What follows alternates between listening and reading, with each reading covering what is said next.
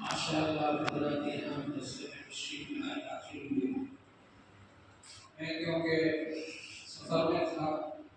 تو داخلے کے وقت بھی آپ سے ملاقات نہیں ہو پائی. آج اس وقت صبح کل شام پہنچا ہے آج نہ رہا تو میں نے سوچا کہ آپ حضرات سے بڑی ملاقات ہو جائے, تعارف ہو جائے, اور کچھ باتیں کہی جائیں آپ لوگوں سے. ماشاء اللہ داخلہ ہو گیا آپ کا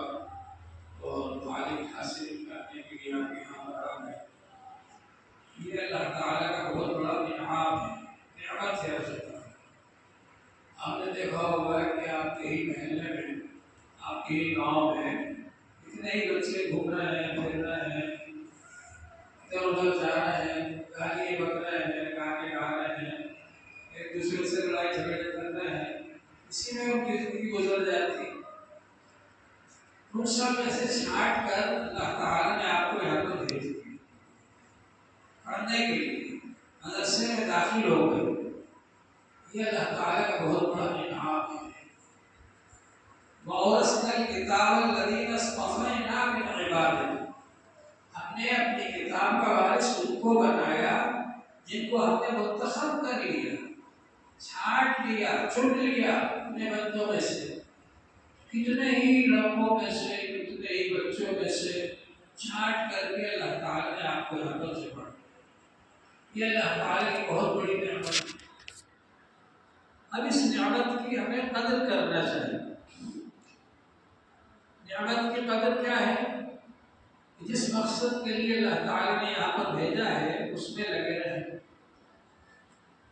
اللہ نے بڑا کرم کیا, احسان کیا کہ ماشاءاللہ یہاں پر ہر چیز کا انتظام کروا دیا.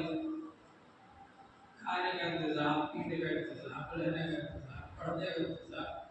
پرانے بزرگ لوگ جو پڑھتے تھے بیچارے, کوئی ایک عالم کسی مسجد میں بیٹھے ہوئے ہیں, وہاں پڑھنے جا رہے ہیں. رہنے کا انتظام خود کرتے تھے, کسی مسجد میں سو گئے.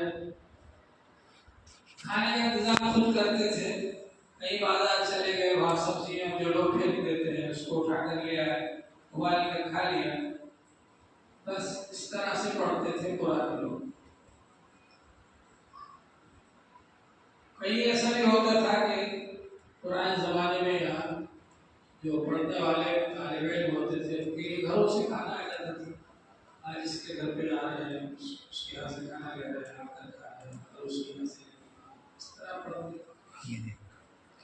لائٹ کا انتظام نہیں ہوتا تھا.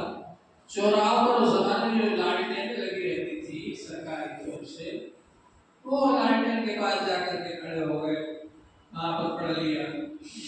لائٹ کا انتظام نہیں ہوتا. اتنی مشکل سے, اتنی پریشانیوں سے وہ حضرات پڑھتے تھے. لیکن کیونکہ طلب تھی سچی طلب کے ساتھ پڑھتے تھے, تو کتنے پکے اور مضبوط عالم بنے وہ لوگ کہ انہوں نے دین ہم لوگوں تک پہنچا دیا. ایک آدمی اگر کسی ایک شہر میں, ایک گاؤں میں جا کر بیٹھ گیا, نہ کوئی مدرسہ ہے, نہ کوئی ادارہ ہے, نہ کچھ ہے, لیکن اس ایک آدمی نے پورے گاؤں کے حالات بدل دیے. اس ایک آدمی نے اتنے حق پرست ہوتے تھے, اتنے دیندار ہوتے تھے کہ ان کو دیکھ کر لوگ تعجب کرتے تھے. ایک صاحب تھے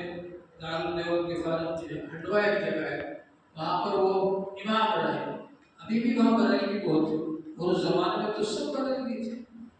ایک آدمی نہ مدرسہ ہے نہ کچھ, امام ہے بس. وہ امامت کر رہے ہیں تب بھی جمعے میں حق بات کر رہے ہیں, اور جاہل لوگ مخالفت کرتے تھے. اور حتیٰ کہ لوگ بتاتے تھے کہ ان کو مارا بھی, کہ آپ نے تازی کے خلاف تحریک کیوں کر دی, گورنمنٹ کے خلاف بھی تحریک کر دی, مارا بھی ان کو. لیکن وہ ایسے اللہ والے تھے کہ جگہ رہے. آج ان کا نام لے کر لوگ روتے ہیں وہاں کی قرآن لوگ. نہیں دیتا اس حق پرست تعویذ لینے انہیں کے پاس جائیں گے, جھاڑو کرانے انہیں کے پاس جائیں گے. اللہ نے اسے تاثیر رکھی تھی ان کی خوشبو میں اور ادھر میں. تو یہ سب کیا ہے کہ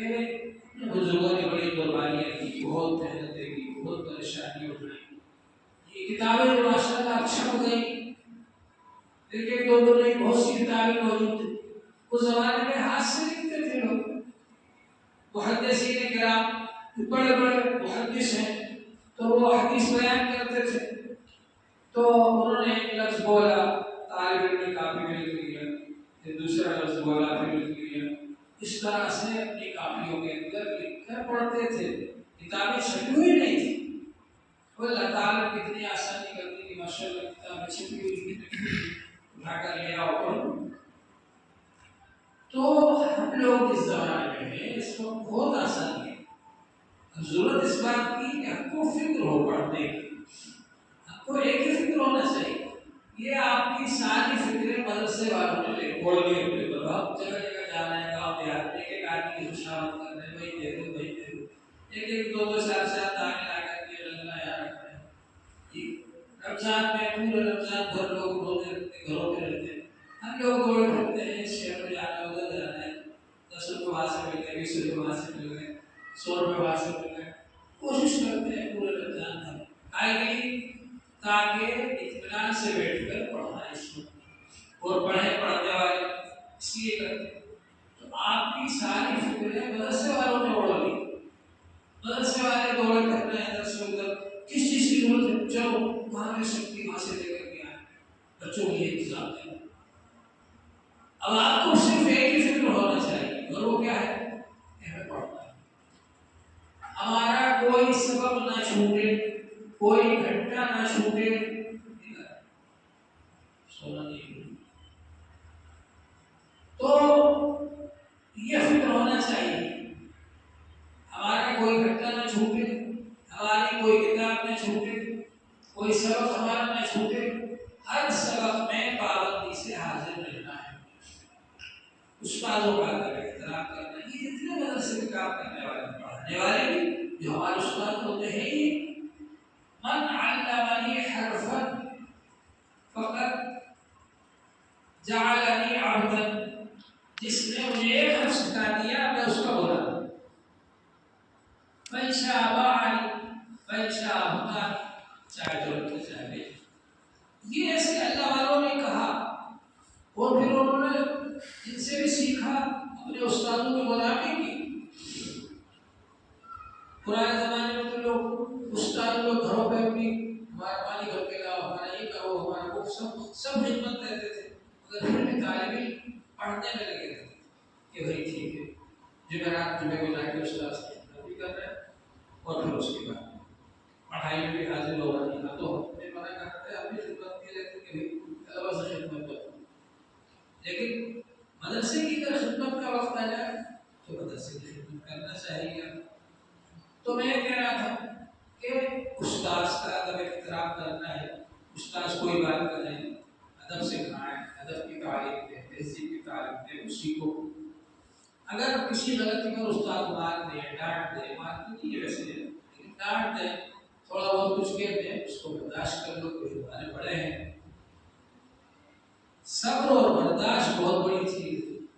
صبر اور برداشت سے آدمی بہت کام کا بن جاتا ہے نے بات جلال آباد میں پڑھایا ہمارے حضرت تھے مولانا شاہ نصیر اللہ صاحب بہت بڑا حضرت خانوی رحمۃ اللہ علیہ ان کے پاس کوئی جاتا ہے حضرت نصیحت کرتے ہیں تو فرماتے ہیں غصے کے پاس مت جا غصہ تمہارے پاس نہ غصہ کرنے سے بنے گا حدیث شریف میں ہے کہ حضور صلی اللہ علیہ وسلم سے ایک صحابی نے کہا آپ نے نصیحت کر دی آپ نے فرمایا لا تغضب غصہ مت کرو